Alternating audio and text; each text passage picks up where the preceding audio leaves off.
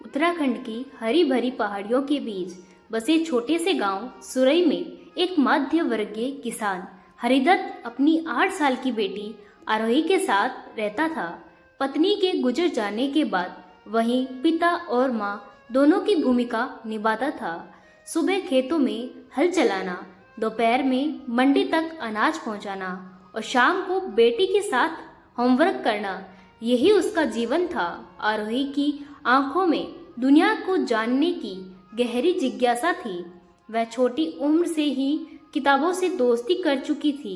हरिदत्त ने पुरानी लकड़ी की पेटी को अलमारी बना दिया, जिसमें गांव के मेले से खरीदी हुई कहानियों की किताबें सजाई रहती। रात को लालटेन की पीली रोशनी में दोनों मिलकर कहानियां पढ़ते। जब हरिदत्त थक जाता तब भी आरोही की आंखों में नींद नहीं होती। एक दिन गांव के स्कूल की प्रधानाचार्य ने घोषणा की कि राज्य स्तर की विज्ञान प्रदर्शनी के लिए बच्चों का चयन होगा। आरोही का नाम सुनकर हरिदत्त को आश्चर्य भी हुआ और गर्व भी। लेकिन प्रदर्शनी देहरादून में थी और वहां जाने आने, मॉडल बनाने और रहने का खर्चा उनके लिए बड़ा था। रात को बेटी ने धीरे से कहा, बाबा मुझे लगता है मैं कर लूंगी, बस थोड़ी मदद चाहिए। हरिदत्त ने मुस्कुराते हुए सर पर हाथ फेरा। तू बस सोच, बाकी सब मैं देख लूंगा। अगले दिन से ही उसने खेतों में और मेहनत शुरू कर दी। सुबह 4 बजे उठकर खेतों की मेड़ सींचता, दिन में पास के कस्बे में मजदूरी करता। हाथों में छाले पड़ गए, मगर चेहरे पर वही सने भरी चमक थी। उसने अपनी पुरानी ऊनी कोट को बेचकर पैसे जुटाए ताकि बेटी के मॉडल के लिए सामान खरीदा जा सके।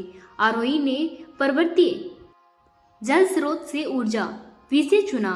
वह रोज कागज और लकड़ी से छोटे छोटे टरबाइन बनाकर पिता को दिखाती। हरिदत्त को विज्ञान की ज्यादा समझ नहीं थी, पर वह हर बार ध्यान से सुनता और प्रोत्साहन देता। वाह, मेरी बिटिया तो इंजीनियर निकली। प्रदर्शनी का दिन आया। हरिदत्त और आरोही पहली बार ट्रेन में बैठे। देहरादून के बड़े स्टेशन, भीड़ और रोशनी ने दोनों को चकित कर दिया। प्रदर्शनी में बच्चों ने तरह तरह के मॉडल लाए थे। आरोही ने अपना मॉडल बड़ी नजाकत से सजाया।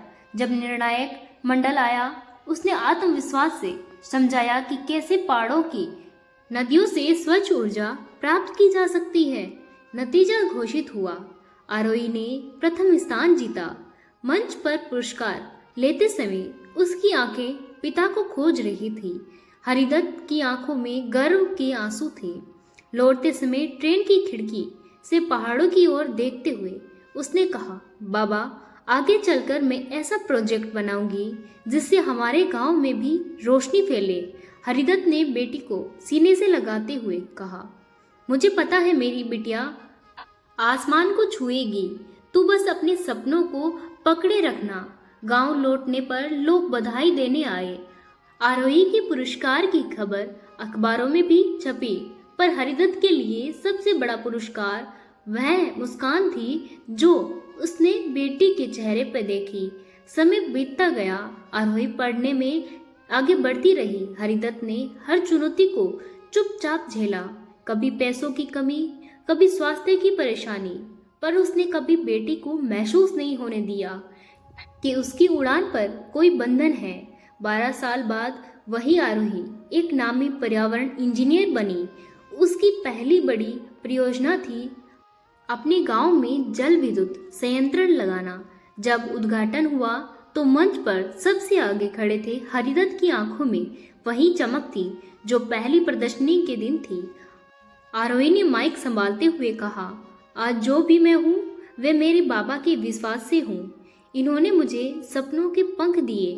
भीड़ तालियों से गूंज उठी, पर हरिदत्त बस शांत भाव से बेटी को निहारता रहा।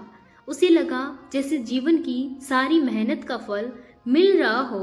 उस रात आसमान में अनगिनत तारे थे। हरिदत्त ने आसमान की ओर देखते हुए कहा, तू तो सच में रोशनी फैला दी बिटिया। आरोही ने मुस्कुराकर हाथ थाम लिया। आपका सपना मेरा सपना है बाबा, और सचमुच उनके गांव की गलियों में अब सिर्फ बिजली की रोशनी ही नहीं, बल्कि उम्मीदों की चमक भी थी।